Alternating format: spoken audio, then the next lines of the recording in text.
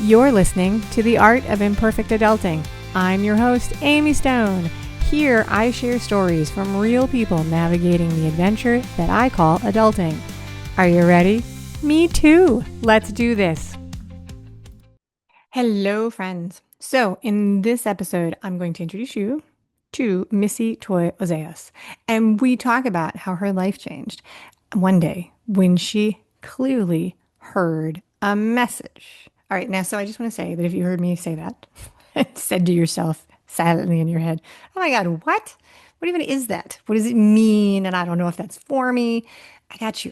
I got you. I asked Missy, what was this experience really like? Like what happened exactly? I asked her if she is a person who regularly had experiences where she received messages or not. And we talk about her upbringing and her background and whether or not she was always a spiritual type person.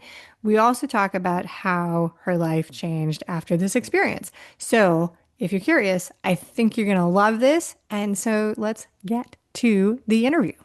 Missy Toy Ozeas, welcome to the Art of Imperfect Adulting. I'm happy you're here. Are you ready for a fun chat today? I am. I'm so excited, Amy. I start all of my conversations, as you know, with the same question. What part of the world do you call home? I am in Los Angeles, California. I'm a California girl, so I grew up in the Bay Area and then I came here for college and I've stayed here. Love it. I love it. It's one of my favorite parts of the world, to tell you the truth. And just love it there. Okay, next question is this episode is going to go live in the middle of the busy winter holiday season. What is one part of the holiday season that you just on your own don't really love? I don't really love all of the pressure. So, like the shoulds, like I should go to that Christmas party or that holiday party. I should bake these cookies because every year I've always baked them. Or I should, even give a gift for this or that. And the reason is because I have had a lot of shoulds in my life. I'm trying to decondition from that. And what I love about the holidays is the flip side of that, which is like the giving, like from your heart, like, oh God, I found this gift to be so cool for my friend, or I really want to see this person. So I'm going to say yes to that party. So that's always my struggle personally. But yeah, so I think the shoulds part is the part I don't like the I think most. that's a beautiful answer. I think that's really, really good. All right. So, the thing we're going to talk about today is a time in your life when you made some changes because you heard a voice say to you, a clear voice say to you, you are a healer. Are you ready to talk about that story? Yeah. All right, very good. Okay, so the first thing I want to do is like talk more in detail about what it actually means and what you mean when you say that you heard a voice. Like what Yeah. actually happened? Was actually a voice, but how we got there was I worked in TV for decades. That was my career that I chose that I really loved. But at a certain point, I got really bored. And my boss at a certain point came to me and said, okay, Missy, it's time for you to move up. He was going to help me get promoted, which is really nice in TV. But I said no. And I was like, oh my gosh, that's so rude. Like, I can't believe that word came, like, it's really not normal to me to be so forward. But I was like, okay, so that tells me something. If that's my no, there's got to be a yes on the other side of that. But I didn't know what that was.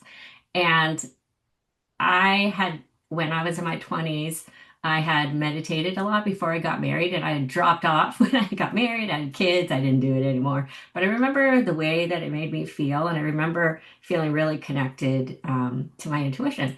So I committed to meditating twice a day. So it's just a small commitment. I was going to do a couple minutes in the morning, a couple minutes at night, and I was going to ask a question because I heard, oh, the universe has to answer you. When you ask a question, it answers.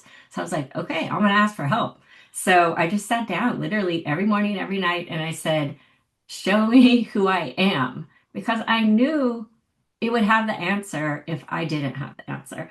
Um, so I did that for 4 months. So it took a really long time. It's not like it was like all of a sudden, but literally one day in meditation, I heard, so in my right ear, I heard a voice, and this really kind of freaked me out, to be honest. It wasn't the answer that I thought either. But I heard a voice and it said, you are a healer. And I was like, oh my God. Okay, because I'm very practical. I did not grow up spiritual at all. And I thought, that's outrageous. But on the other hand, I could feel like in my body that there was truth to it. But my mind couldn't catch up to that idea. I didn't even know, what does that mean? Like, what? Like to be a healer? I don't even know what that means. But it started me on a path of discovery. But it Yeah. wouldn't have happened had I not asked the question and then gotten that answer. I'm so glad I began with that question. All right. So, because I don't think that everybody, it's a very dramatic thing to say, I heard a voice. And it's not an experience that I think that everybody's had. I'm not sure I've actually ever had it. And that's why I wanted to talk about what it meant. But you were going through an active exploration process of 4 months, going through meditating twice a day. Is it things where you would experience this as if you were hearing and receiving messages at other times, or was this the only message during this that you think you got? It was the only message. So we could talk about this more later, but I'm clairvoyant, which I kind Okay. of knew already, which means I can see things. But hearing wasn't really one of the things. So it's not like I grew up hearing voices. That was the first time I ever heard anything. Yeah, and one of the reasons I wanted to talk about that is I mean, obviously there's a part of hearing voices that people would classify as not an experience that we would consider necessarily desirable, or Yes. there's a time where, so that is, I wanted to give you a chance to explain what it was. Okay, so how long ago was it that this happened? That was, let's see, so I was 51, 57 now, so 6 years ago. 6 years ago. Okay, so very good. So Yeah. I'm going to take us back in time and sort of set it up. We're going to talk about some things that was like in your life in the past, and then we'll talk about the change and the impact of making this. All right. So what? Tell us more. You hit on this a little tiny bit. You said you were working in television, but let's talk about what your life looked like at this time. Would you have, for example, would you, if you and I had like been friends and we'd gone to get coffee together or something, would you have described yourself as happy? Yes, I think I would have, but it's interesting because at that time, so I have two kids, and one was in college and one was in high school. So, a lot of my identity before had been being a mom Yeah. and also working in TV, which I loved. But the thing about, so the mom part was starting to change, and I just found myself sort of bored at work. And I don't even know if I would have been able to necessarily verbalize that to you if we were sitting down. I was happy. I was doing all the things basically that I wanted to do. I felt, but I knew there's this like nagging feeling. It's like that little part behind you that's like, there's more. Also, because I also always wanted to help people. And I was like, okay, I'm working in TV and comedy. Is that helping? I mean, it does because it makes people laugh, but Yeah. I had always been searching for more. And if you look back on my life, there are many things that I did in my life, things that I started. I started a nonprofit, made a puppet show for kids, different things I've done throughout my adult life to help other people, but somehow it never landed, or I didn't keep up with it. Maybe it was for a couple of years, and then I went on to create something else. So I kind of dabbled in helping other people. That was always my heart, but not my full life force energy didn't go toward that. All right. So if we were to go back even further, and talk about you as a kid. So you're working, it sounds like you were working at the time in production in comedy. And is that right? I just made a guess Yes. there. Yeah. Okay. So, is that what you trained to do, what you had wanted to do, what you studied? If I had met you in high school, what did you want to be when you grew up? Yeah, I wanted to be a writer, but then I also really wanted to work in film. I think I was always a storyteller. I loved stories and I love people and stories and like mythology and like those big hero kind of stories. So I did go to film school. So I went to film school at USC, and that was my dream to go to film school. And I loved it, and I loved the teamwork, and I loved it. So I did that for decades and I did really love it until I think I just had, it's kind of like the way the universe is like, knock, knock, there's more, right? There's Yeah. more, there's another chapter. I think one of the things, and one of the reasons I love telling these stories, and if you had talked to me in interview one, I would have had a different way of talking about it than in where we are in interview 170 something. There's a common thread, which is I talk to people after they've made choices and after they've done these things. It's a different experience in the moment than when you reflect on it in present day years after. It's different to the challenge sometimes is in picking it apart in the minute because you don't know what's going on in the when you're in it. And one of my favorite expressions about this, which isn't mine, it's from somebody else, is it's hard to read the label from inside the bottle. You know, it's like when it's actually happening to you, it feels different than the way we describe it after we figured it out, right? So, but you were happy. You were doing a job that you had wanted to do. You had a lot of the boxes that you had checked off, and it can seem like we're throwing the baby out with the bathwater when we're like, it wasn't enough or I wanted a change. But motherhood was a thing that you had enjoyed, and your job was a thing you had enjoyed, but you were, it sounds like, really in a transition point, where you had an opportunity to make a change. Yeah, and I think that we often ignore it's like the little itch, that little thing, because the other thing that I think that happens is that the universe is always wanting us to expand and to grow. I mean, life is about growing and expanding. And if we're not doing that, it will start small, like, hey, Missy, check something else out, or, might guide me different ways. But if I'm not listening, if I'm not taking action, it's going to get louder and it's going to get louder. And then there is another part of this story now that I'm thinking about it until it's going to hit you. Yeah. And that's actually what happened at 51. I forgot this happened even before that, which is I was in Spain and I tore my calf muscle. And by the time I got back home, it was really bad. And actually, that meant I couldn't work for 2 months. So I was Okay. literally out, like I couldn't do anything for 2 months. And that started me thinking, okay, if I'm not working in production, what else would I be doing? And then I went back to work for a couple more years after that, but that was also another impetus because I wasn't listening. Okay, so you go through this, you have this experience in the office where you're nominated or your boss says, "Hey, we could up level your job," and you have a knee-jerk response, which is no, which comes out of your mouth before you can even think about it, and you're aware enough to be like, "Ooh, why'd I say that? Like, what's going on?" You go through an intentional period of self-reflection, which is daily meditation.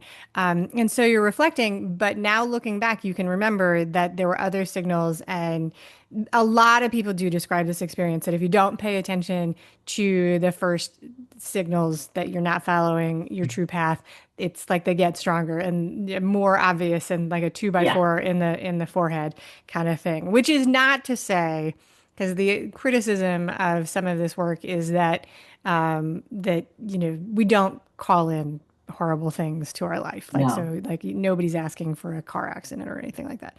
no. All right. So very good. So, let's go back even further and talk about your childhood, right? Because in your intake form, you describe yourself as a Chinese American who grew up in an all-white neighborhood. What was growing up like for you in that situation? How do you think it like may have impacted the choices you made that got you to where you were when you were 50? Well, I spent a lot of my life hiding. That's been a big part of my life's work is coming out of hiding because exactly that. So we were one of the only Asian families in my neighborhood at that time. So all my friends were white, and you sort of don't even realize it when you're little. They're just like these micro little things, and I think because I was very sensitive, I could always pick up on other people's expectations of me. So I became really good at reading the room or what people expect. And I knew how to meet those expectations in every way, whether it's as a student, how to be more white, Right. right? Hiding even like, oh, we celebrate Chinese New Year. I didn't actually talk about that with my friends ever. So there are things like that that I hid. And then I went into television in production in the camera department. That is all men. When I first started, I was one of the only women. So I tried to be less feminine. I tried to be one of the guys. I hid that I was pregnant for a while. I never talked really about being a mom. Even though I was going, being a new mom is a big thing. I didn't really want to talk about that. I dressed in all black just to try to, hide more. And those two things just learning how to hide, how to read the room, made me a good chameleon, but it also made me really good at hiding who I actually was. And the big thing I really hid, though, was my intuitive gifts. And I thought that was too weird, too crazy to actually tell anybody about. Because when I was young, I could see things. Like I could see ghosts. We would go into hotels and I'd be like, oh my God, there's a ghost, right? Or I saw my grandmother after she passed away and we had a whole conversation. And then I came back and I was 3 and I told my mom and my aunties and I saw their faces. Like saw like, oh, I could tell that's weird, that's bad, that's wrong, don't do that. So I was like, oh, okay. And you're little, so you're maybe not consciously thinking this, but I knew that don't do that thing. And there used to be this giant mirror in the hallway at my old house, and I used to be so scared because I would see things in the mirror. And we didn't talk about it. And over time, I try to shut it out, but again, there's crazy funny stories about me and different houses and hotels with ghosts. So I couldn't shut it down all the way. But really, to come out as an intuitive person or a healer, which is what I do now, that took a lot because I was really scared to be judged, that people would think I was unserious or that I was crazy.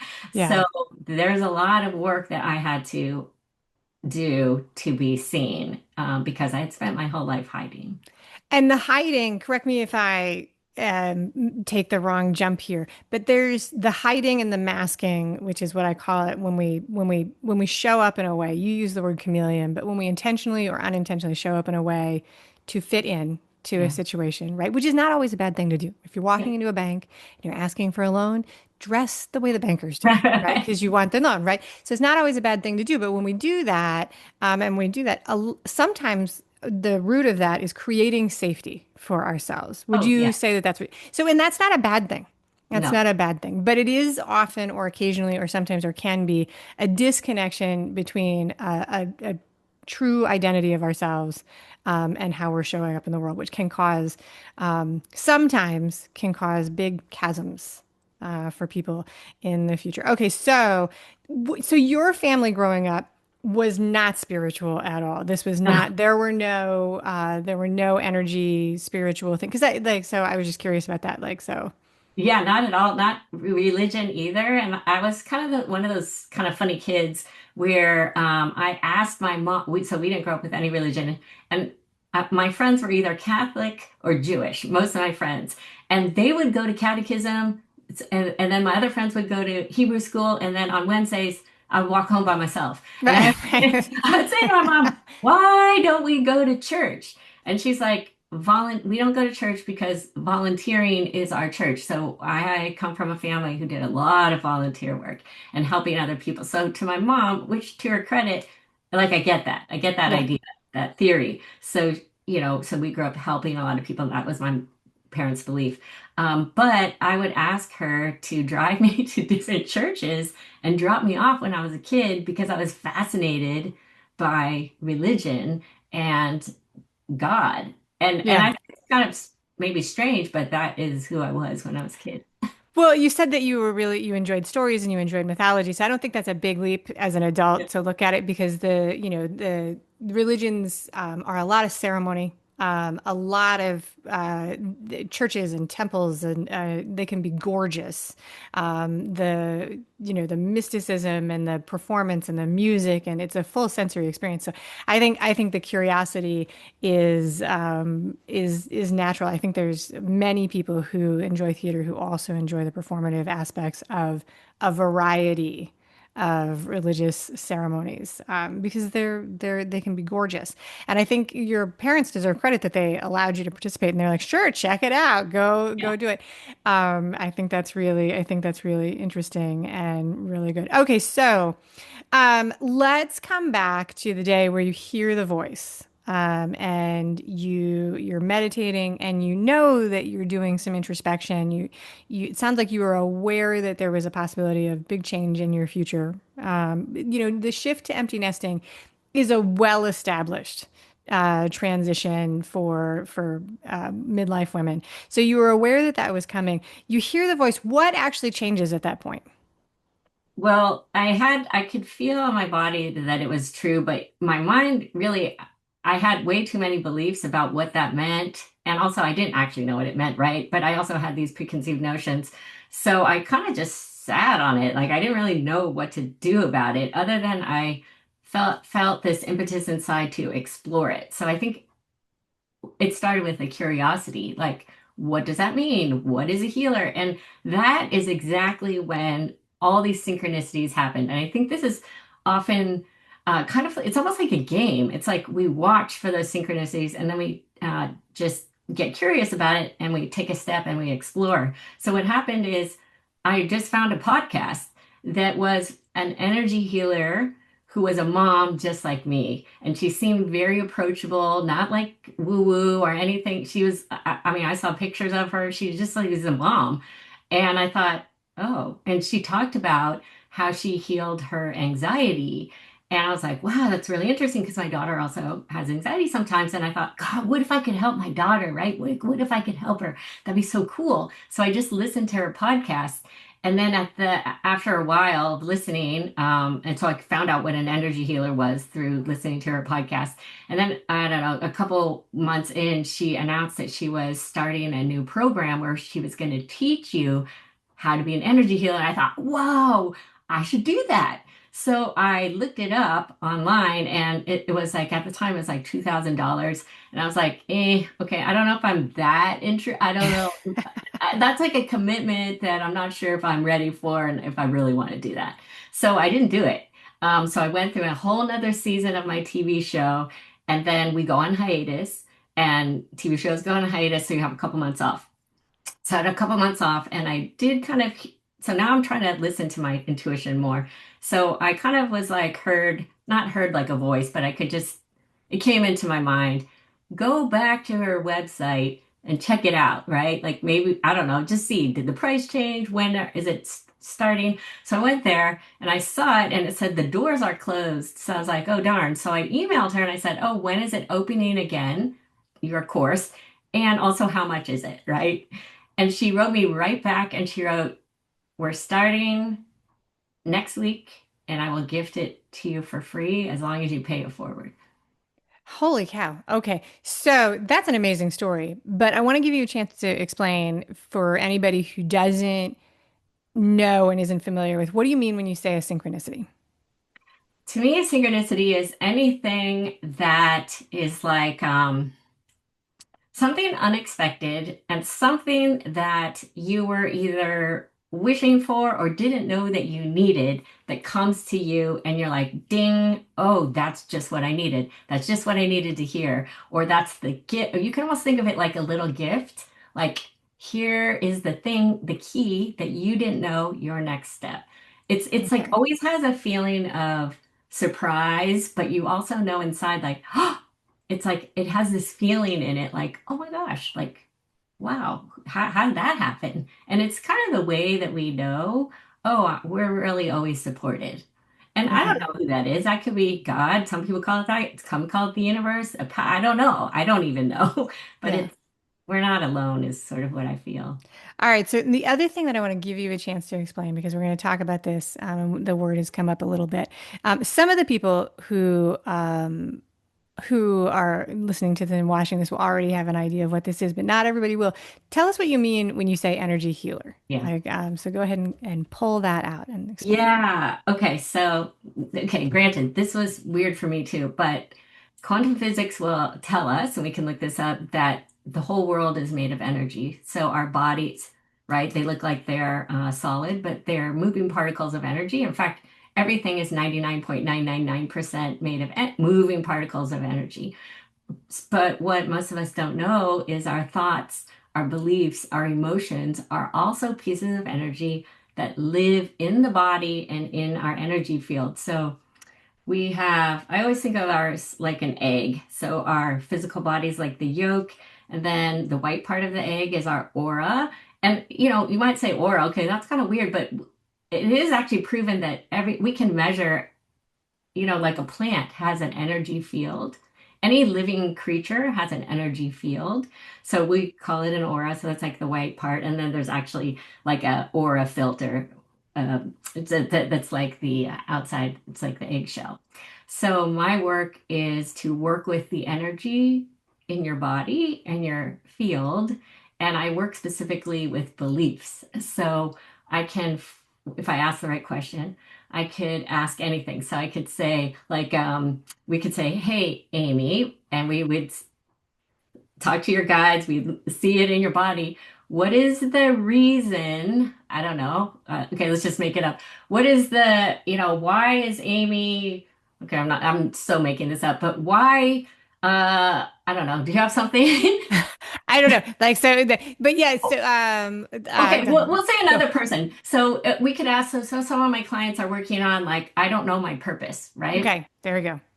So one of my clients, she doesn't know her purpose. So I can just ask her body. I can say, what are the reasons why my client hasn't found her purpose yet? And there's beliefs in there. Like, believe it or Okay. not, there are reasons why the things that she believes and the emotions she's trapped from different times in her life. So her body will light up. I know it's getting out there, but her body will light up and it will show me the exact beliefs, where they are in her body, the age she was when she trapped them, or if they were inherited by somebody else, and where they're in the body. Yeah, where, age, and what, and the Okay. specific belief. So that's all the work that I do, and then we move it out. That is a very thorough explanation. I appreciate you Oh, taking the okay. time to work on that. It's one of the things. There's different ways that different types of people who are helpers will talk about beliefs and thoughts and things like that. But one of the things that sort of is that I have found as a through line, we'll see if you agree in the different modalities and how people work with this, is one of the reasons we are so benefited by working with other people to help us with beliefs is that we don't question beliefs. They're beliefs Yeah. because they're in there. It's like gravity. It's like I don't spend any time worrying about gravity. I believe it exists and it's just I don't think about it. And so I would need somebody else to introduce that question of like, well, is this real? Like, is this actually? And that's why that's one of the things that makes it tricky because we can be walking through our life and not realize that there's something there that can shift because we're not thinking about it. And also, so many of these beliefs, well, there are blind spots, but also a lot of beliefs are inherited. And Right. that's another crazy thing. So I had a client who had worked in her business and built it all, and she'd done all the right things for 2 years, but never made money in her business. So we worked on like, why is that? And I was like, oh, it's your grandfather has a belief that having money isn't safe. And she's like, oh my God. And she told me the story that her grandfather came from Italy and his family fled because the mafia would take the money from their dry cleaning business. So, in other words, that belief that having too much money is not safe was still running in her body and preventing her from making money in her business because, right, she wants to stay safe. Yes. We want to stay safe. So the great thing is we cleared that out and she made more in quarter one of 2025 than all of the entire year 2024.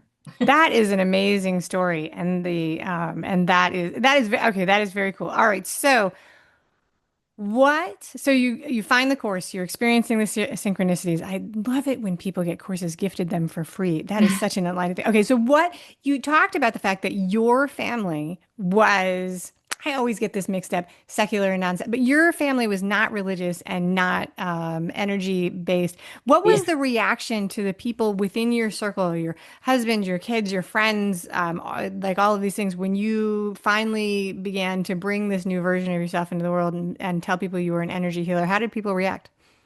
Better than I thought, but also I didn't come out quite all at once. I I really did a lot of hiding while I was studying and getting different certifications. I actually wasn't telling a lot of people, but then I started getting making a lot more friends who were also in this world, and then we would end up talking about it, and it just the act of talking in a safe space kind of allowed me to speak about it more. And then and then I started taking on clients, and then that grew my confidence. So over time, I would start talking about it, and then I end up, on Instagram and other podcasts. And really, the hardest thing for me was my husband and my kids are very supportive, but was telling my family. That I think that's sort of common though, because Yeah. they, have certain ideas about you, or I don't know, it's just harder to tell our family rather than a perfect stranger, quite honestly. It is so, and now that was a while ago, but have they embraced it today? They're Yeah, good with it? I don't know if they I have a big family, so I don't know if they totally get it. Some of them do, but yeah, they're all open to it and or they I don't know. I think they think it's cool that I found something that I love.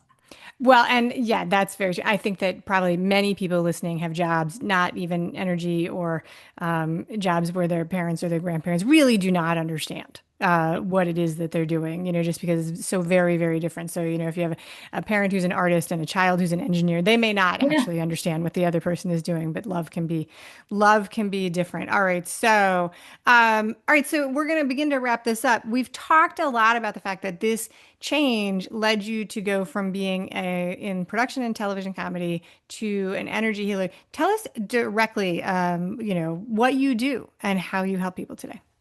And Yeah. you can also throw in here like how you want people to follow up with you after the Oh, interview. okay, yeah. Yeah, so I work with mostly women. So I work in people with in groups or a couple people one-on-one. We work together. And I work with mostly people who want to overcome fear and self-doubt. So most of the people that I work with are women who want to find their purpose. A lot of people who want to find work around money blocks, relationships, things like that. And I work with communicating with your inner child, your inner teen, your spirit guides. I'll see and communicate with your ancestors. And then I'll just work through, ask the questions, and then we'll find all the very specific pieces and then we'll move them out. So I work with people, yeah, in groups or one-on-one, and you can find me on Instagram, Missy Energy Healing, or my website is missyenergyhealing.com. And yeah, I'll have a podcast, Trust the Universe with Missy and Catherine. So you can find me in a lot of different ways. Very, very cool. All right. So all of that information is going to be in the show notes and wherever you are watching or listening to this show. And the easiest way to get all of this information is always to be a part of the Imperfect Adulting email community, which I highly recommend. It's very, very good. All right. So you do have a special offer for the audience, which I will share here, which is you call it Unlocking Abundance. And this is a self-paced program that helps people release hidden energy blocks. So, and we've talked about what that means. Rewiring limiting beliefs so you can confidently attract more wealth, freedom, and joy into your life. You have a 50% off coupon for the audience, which is very generous. Thank you very much. The program is normally $190, and you get 50% off using the code that can be found in the show notes and in the email. Thank you very, very much for that extremely generous offer. So, Missy, are you ready for the final three questions? Yeah, sure. Let's do it. All right. These are rapid fire just for fun, not related to anything. Do you remember what your favorite food was when you were about 10 years old? And is that still your favorite food? Yeah, it's my dad's. He makes something called shrimp and lobster sauce, which is a Cantonese dish, and I would ask for it for every time it was my birthday. Oh, I love that. I love that. So that's very good.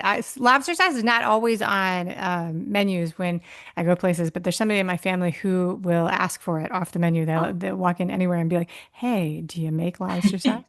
I don't know whether or not the restaurants appreciate that or not, actually, to tell you the truth. All right. So this is a totally random question that popped into my mind when I was doing the putting this together. You may have heard that there are some people out there who think it's a good idea that we as humans should build colonies on the moon and on Mars.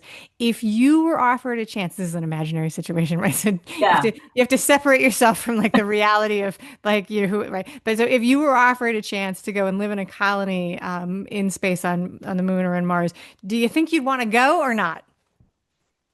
Honestly, I don't think I would. I think I'm courageous, but also I love trees and lakes and nature. And in my mind, I'm thinking of a colony that might not have all that. So I don't think I would like it. Maybe if it So had all that, I would, but otherwise, I don't think so. All right. I don't know why I kept thought That's of an that question. honest answer.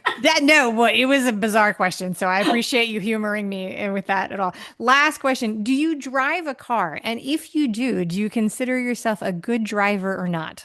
I love that. Considering we just got T-boned last week. Oh gosh, I'm thankful you're okay. Yes, I am a driver, and yeah, I think I'm a good driver. There you go. All right, that's it, Missy Toy Ozeas. Thank you so much for being an amazing guest today on the show. Thank you, Amy. So fun. Thank you for listening today. I hope that you enjoy the show. And before I go, I want to encourage you to become a bigger part of the conversation. Obviously, subscribe wherever you're listening to the show. Listen to more episodes. That'd be great. Obvi again, please write a review and tell your friends about the show. That truly is a great help for getting the show in front of new people. Okay, but more fun for you yourself, head over to imperfectadulting.com and join the email community. You'll get some free stuff right away, and that way you'll begin to get the emails about the podcast. This includes the links for the special offers from the guests, and it's the only way to get that. Also, if you aren't in the mood to listen, I actually include an article directly in those emails. Whee!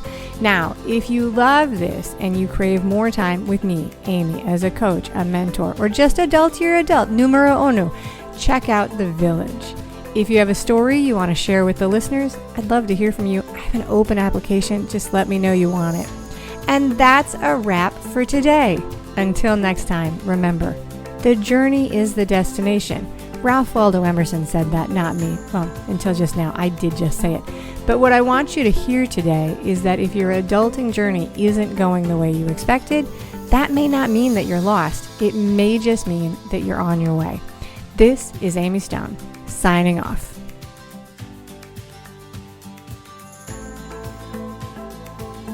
The Imperfect Adulting podcast is created and produced by Amy Stone and Amy Says So. Anything expressed on this show is offered as entertainment, and the views of the guests may not always represent the ideas and viewpoints of the host. That's me. Amy does not intend or hold herself out to provide professional advice or recommendations of any kind. In the end, you and you alone need to make those kinds of decisions based on your personal and individual situation, needs, circumstances, and comfort level.